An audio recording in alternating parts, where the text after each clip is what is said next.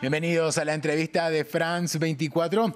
Bueno, la crisis provocada por el brote de coronavirus COVID-19 ha sumido a gran parte del mundo en la incertidumbre, también en la preocupación y en el miedo, pero además llevó a muchas personas a adoptar conductas que quizás podrían considerarse como irracionales. Una situación que nos conduce a una pregunta: ¿cómo podemos proteger nuestra salud mental durante la pandemia de COVID-19? Para responder a esta y a otras preguntas nos acompaña desde Buenos Aires, Argentina, Claudia Lucía Borenstein. Ella es médica psicoanalista y también la presidenta de la Asociación Psicoanalítica Argentina. Señora Borenstein, muchísimas gracias por estar presente en la entrevista de France 24. Buenas, ¿cómo le va? Muchas gracias a usted. Bueno, preguntarle en primer lugar, ¿qué sucede a nivel cerebral? ¿Qué sucede en nuestra psiquis ante situaciones de pandemia y de alerta sanitaria como la que estamos viviendo precisamente por estos días? Bueno, de todo, porque realmente ninguno de nosotros está preparado para una situación como esta. Es una situación completamente imprevista, impredecible, que nos pone, digamos, en una situación de incertidumbre, de angustia. En realidad no sabemos bien cómo reaccionar y estamos tratando de organizarnos, digamos, para que no desbordarnos, digamos, porque hay medidas para tomar, por suerte se están tomando, pero aún así esas medidas son difíciles y duras de aceptar. Y bueno, y está parando el mundo, no estábamos preparados para esto, ¿no? Ahora, hay algunas emociones a las que muchísimas personas hacen referencia, por ejemplo, la preocupación y el miedo. Estas serían consideradas naturales, ¿verdad?, frente a una pandemia, pero existen otras reacciones que quizás se desvían de esas preocupaciones. Hay personas que, por ejemplo, toman medidas que parecerían extremas, ¿no?, como sobreabastecerse de alimentos y productos. Hay casos de personas que se encierran de manera voluntaria, sin que sea necesario, sin que sus respectivos gobiernos lo hayan anunciado o pedido. ¿Cómo se explican estas conductas? ¿Qué hay detrás de ellas? Bueno, detrás está cada uno con su personalidad.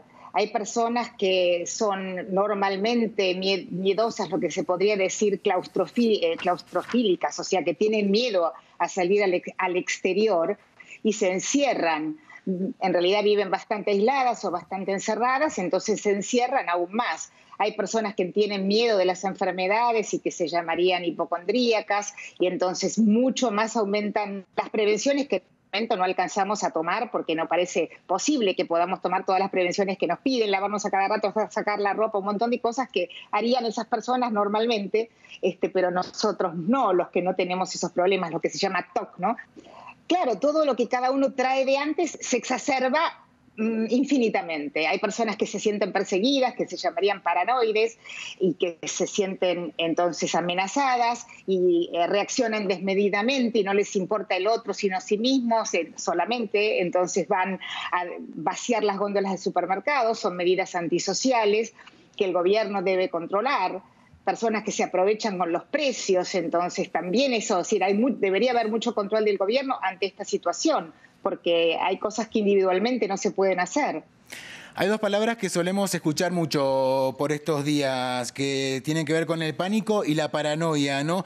Muchas veces quienes no somos psicólogos, tomamos términos de la psicología, muchísimas veces, por supuesto, de manera errónea, ¿no? Por eso quisiera preguntarle a usted, como experta, ¿qué caracteriza al pánico y a la paranoia? Y si efectivamente estamos ante reacciones del orden de la paranoia o del pánico en estos días.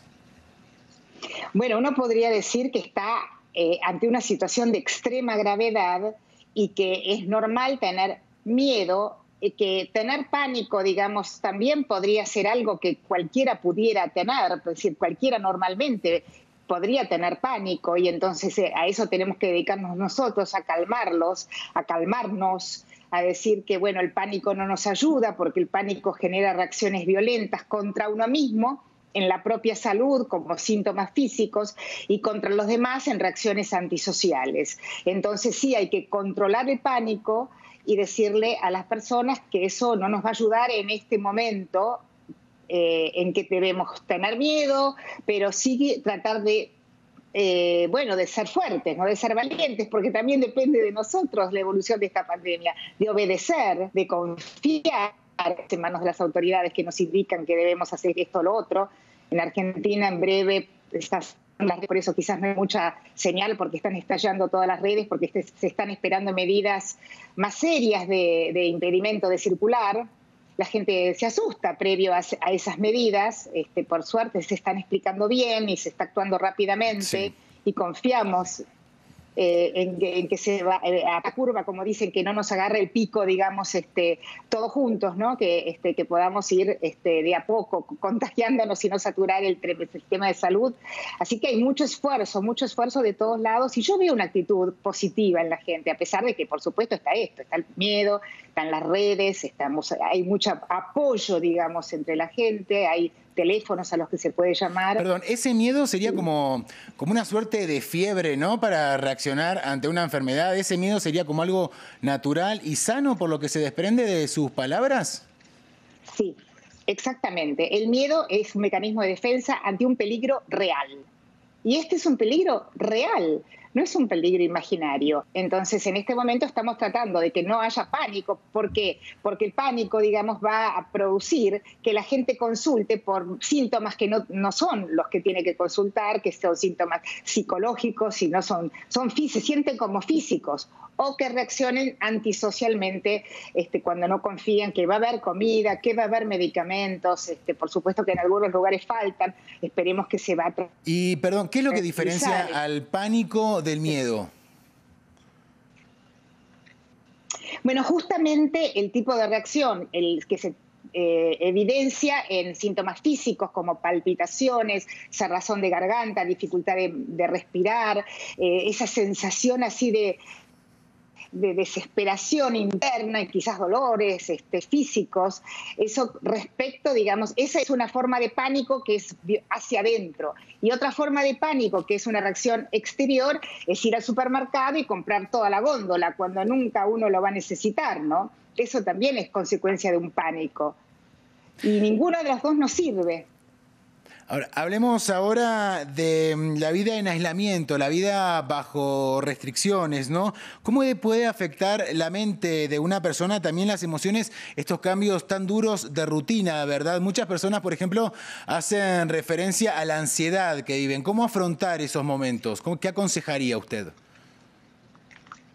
Y sí, realmente va a ser difícil, es difícil. Lo primero que les diría a todos, y a mí misma también, es pensemos que esto no va a durar, que no va a ser eterno, que estamos teniendo prevenciones de forma temporal para evitar una catástrofe mayor. Y bueno, sí, se tiene que quedar en su casa. Nuestros gobernantes son los médicos, digamos, que nos indican esto.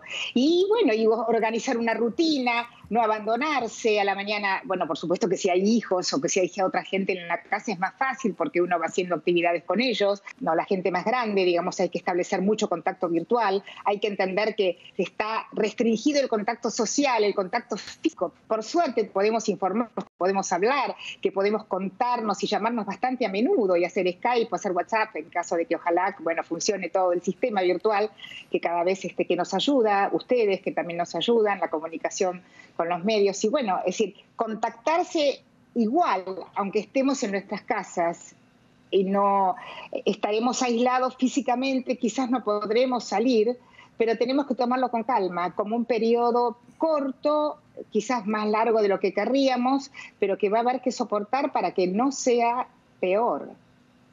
Ahora, le pido disculpas a la audiencia, estamos teniendo algunas fallas de comunicación en la conexión. Seguramente, quizás, como decía Claudia, se deben al aumento, ¿no?, de las comunicaciones vía Internet, que han aumentado muchísimo durante estos días de pandemia. Claudia, otro factor que influye en estos contextos es el de la sobreinformación, ¿no? ¿Cómo reacciona la mente ante esto? ¿Qué efecto tiene esta avalancha de información a la que estamos expuestos todos, sobre todo, además, hoy en día en época de redes sociales?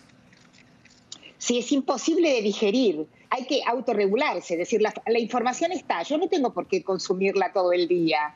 La tengo que consumir en determinados horarios en que yo necesito estar conectado, en que sé que va a haber un anuncio, pero no todo el día, porque realmente es tóxico y no nos ayuda, digamos, para tranquilizarnos nosotros, que debemos estar tranquilos por nosotros mismos y por la gente que nos rodea, porque con las personas que convivimos tenemos que más o menos mantener la calma, si son niños, si son adolescentes o si son, bueno, coetáneos, ¿no? Y en este contexto, Claudia, y ya a modo de conclusiones, ¿cómo podemos proteger nuestra salud mental? Bueno, hay que proteger la salud mental cuidándola, digamos, armando una rutina, decir, bueno, a la mañana hago tal cosa, leyendo, tratando de pensar en otros temas. Hay un montón de cosas que uno deja de hacer por la corrida cotidiana.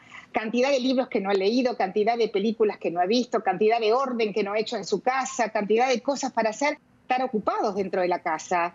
Digamos, eso es muy importante y, bueno, tratar de comunicarse, estar informado y estar pendiente, pero estar confiados en que lo que estamos haciendo es para todos y que es una cosa para el momento, el efecto de solidaridad que se puede producir hacia el planeta, hacia los seres humanos, hacia los países, digamos, y bueno, quizás ojalá salgamos bien. De nosotros depende, no siempre hay vivos y gente que se aprovecha. Claro. Pero esperemos que en general no pase. Tenemos que hacer un esfuerzo por estar bien. Pensemos que quizás va a ser única esta oportunidad.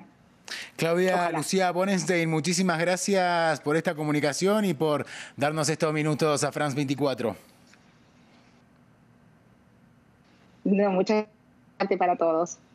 Y ustedes, por supuesto, los invitamos a continuar informándose en France 24 y como siempre en france24.com.